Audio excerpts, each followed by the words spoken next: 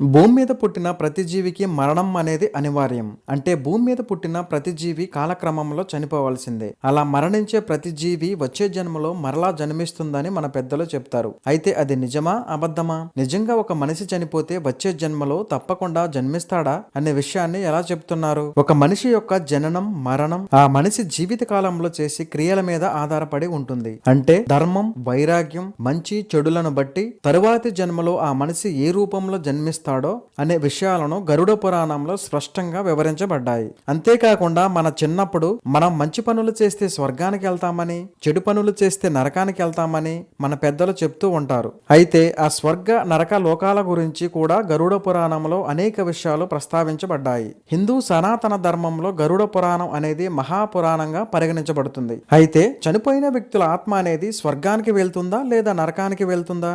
అసలు ఆ ఆత్మ ఎలా ప్రయాణిస్తుంది? లేదంటే చనిపోయిన వ్యక్తి యొక్క ఆత్మ భూమి మీదే ఉంటుందా అనే ఆసక్తికరమైన విషయాలను ఈ వీడియోలో తెలుసుకుందాం. గరుడ పురాణంలో భూలోకంలో మనం చేసిన క్రియలకు గాని కర్మలకు గాని వాటిని బట్టి మనం చనిపోయిన తర్వాత ఆత్మ అనేది స్వర్గానికి వెళ్ళాలా నరకానికి వెళ్ళాలా అనే దారుల గురించి క్లుప్తంగా ప్రస్తావించబడింది. అయితే ఈ గరుడ పురాణంలో మనిషి జీవించినప్పుడు మరియు చనిపోయిన తర్వాత ఏమి జరుగుతుందో వివరించబడింది. అయితే ఇంత పెద్ద విశ్వంలో స్వర్గలోకం ఉందా? ఉంటే ఎక్కడ ఉంది? అదేవిధంగా మృత్యులోకం ఉందా? ఉంటే ఎక్కడ ఉంది అనే దానికి ఎలాంటి ఆధారాలు లేవు. అయితే భగవద్గీతలో శ్రీకృష్ణుడు ఓ విషయాన్ని స్పష్టం చేశాడు. మనిషి శరీరం చనిపోతుందేమో గాని ఆ మనిషి ఆత్మ అనేది ఎప్పటికీ అంతం కాదు అని.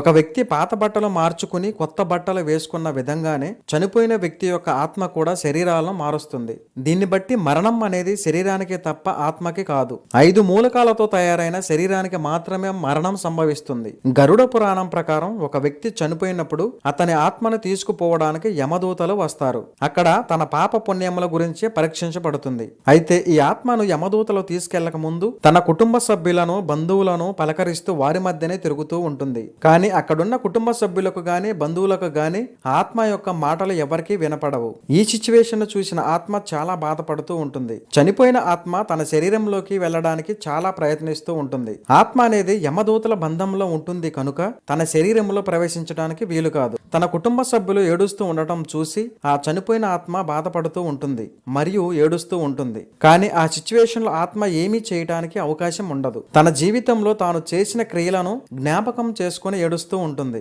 తరువాత చనిపోయిన వ్యక్తి యొక్క ఆత్మ 12 రోజుల పాటు తన కుటుంబ సభ్యుల మధ్య మరియు బంధుమిత్రుల మధ్య గడుపుతుందని గరుడ పురాణం తెలుపుతుంది. ఈ 12 రోజులు ఆ ఆత్మకు పిండదానం చేస్తూ ఉంటారు. ఈ విధంగా ఆత్మకు పిండదానం చేయటం ద్వారా ఆ ఆత్మ అనేది 13వ రోజు తన కుటుంబ సభ్యులను బంధువులను వదిలి యమలోకానికి వెళ్తుంది. అలా ఈ ఆత్మ యమలోకానికి వెళ్ళడానికి 3 భిన్నమైన మార్గాలు కనిపిస్తాయి. అందులో మొదటి దారి అనేది స్వర్గానికి వెళ్ళటానికి, రెండవ దారి అనేది నరకానికి వెళ్ళటానికి, మూడవ దారి అనేది పితృలోకానికి ఉంటుంది. ఎవరైతే బ్రతికి ఉన్నప్పుడు ఈ భూమి మీద ఎలాంటి క్రియలు చేసి ఉంటారో వాటి ఆధారంగా వారిని ఏ మార్గంలో పంపాలనేది నిర్ణయించబడుతుంది. గరుడ పురాణం ప్రకారం భక్తి శ్రద్ధలు ఉన్న వారంతా విష్ణు లోకాన్ని సందర్శిస్తారు. అంటే ఎవరైతే భూలోకంలో మంచి పనులు చేసి మరణిస్తారో వారి ఆత్మను విష్ణు దూతలు వచ్చి విష్ణువు నివసించే వైకుంఠ లోకానికి తీసుకెళ్తారు. గరుడ పురాణంలో మొత్తం 84 లక్షలకు పైగా నరకాలు ఉన్నాయని, వాటిలో 21 నరకాలు అతి ముఖ్యమైనవని తెలుపుతుంది.